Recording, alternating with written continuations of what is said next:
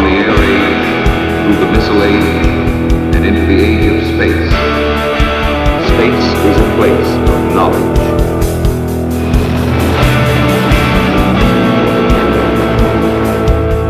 Strength has become the index to peace.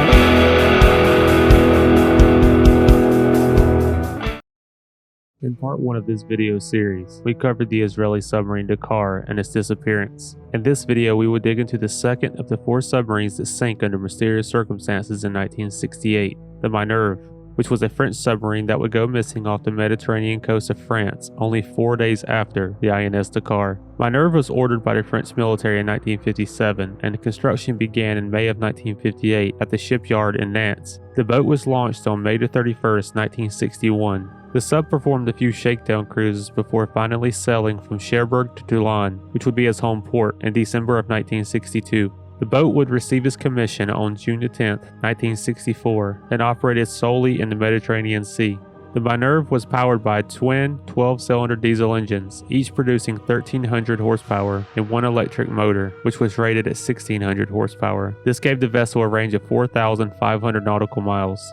The vessel was 190 feet in length and displaced 869 tons. Its max depth was 980 feet, and its armament consisted of 12 torpedo tubes, 8 of them in the bow and 4 of them in the stern. The Minerve was the beginning of a new class of submarines for the French Navy, called the Daphne class. These were designed to be quieter than previous designs and have a higher level of maneuverability. The French described the Daphne class as being 800-ton high-performance submarines. The new Daphne class were designed to have smaller crews, only consisting of 40 to 50 men, and would be easier and cheaper to maintain overall. Around 25 submarines of this class would be constructed, 11 for France, 4 for Portugal, 3 for Pakistan, 3 for South Africa, and 4 for Spain. When the Minerve was lost in 1968, the boat was on the last day of a training exercise in which the sub was coordinating with a patrol plane during drills. That day, the sub was only 25 miles from his home port of Toulon, but the weather was terrible and high seas and 80-mile-per-hour winds were pounding the sea all around the sub, which was operating at periscope depth and running using his snorkel at the time that it disappeared.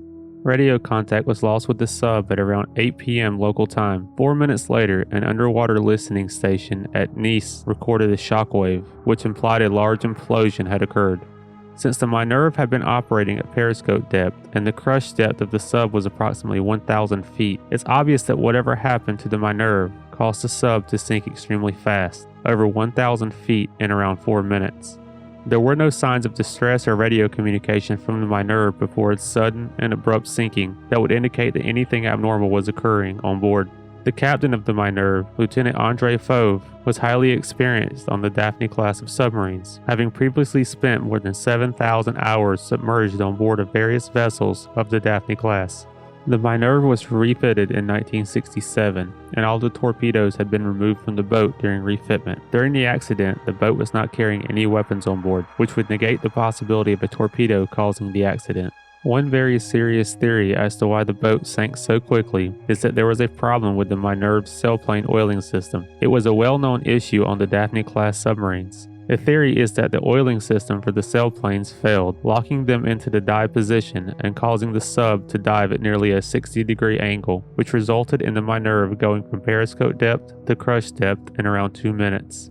Evidence lending credence to this theory is that other Daphne-class submarines had issues with their sailplane control surfaces, which resulted in multiple Daphne-class submarines accidentally diving by up to 50 meters before the crew had taken notice and realized what was happening. These incidents, however, had occurred in calm seas. The Minerve was traveling through seas that were at borderline hurricane levels the day of the disappearance. 2 years after the Minerve disappeared, another Daphne-class submarine sank. On March 4, 1970, the Eurydice was lost in an accident eerily similar to the Minerve. The Eurydice lost radio contact at 0728, and the exact same underwater listening station that picked up the whole implosion of the Minerve would also record the gut-wrenching sound of the Eurydice being crushed by water pressure. 57 French sailors would be lost in the Eurydice incident. Unlike the Minerve, the Eurydice was found quickly during the search for the submarine. An American vessel, the INS Dakar, assisted the French Navy in finding the sub, which they did in several pieces at varying depths from 600 to 1100 meters. But much like the Minerve incident, no clues as to what happened to the Eurydice have ever been found.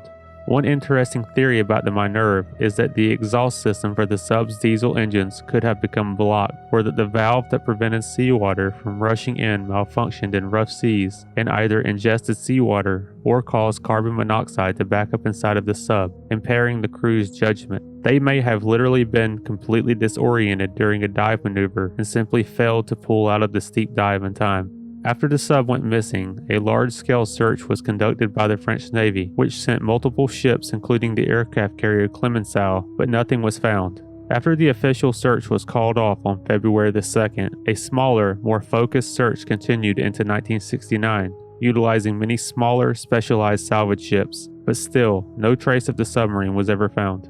As with many mysterious accidents such as this one, we may never know what actually happened to the sub in its last moments. The Minerve was officially located in July of 2019. The sub was found 28 miles south of Toulon in several pieces, which were scattered along the bottom at a depth of 7,700 feet. The French Navy said that there would be no attempt at salvage of the wreck, and it would be the final resting place for the crew. A memorial service was held in honor of the submariners lost in the accident.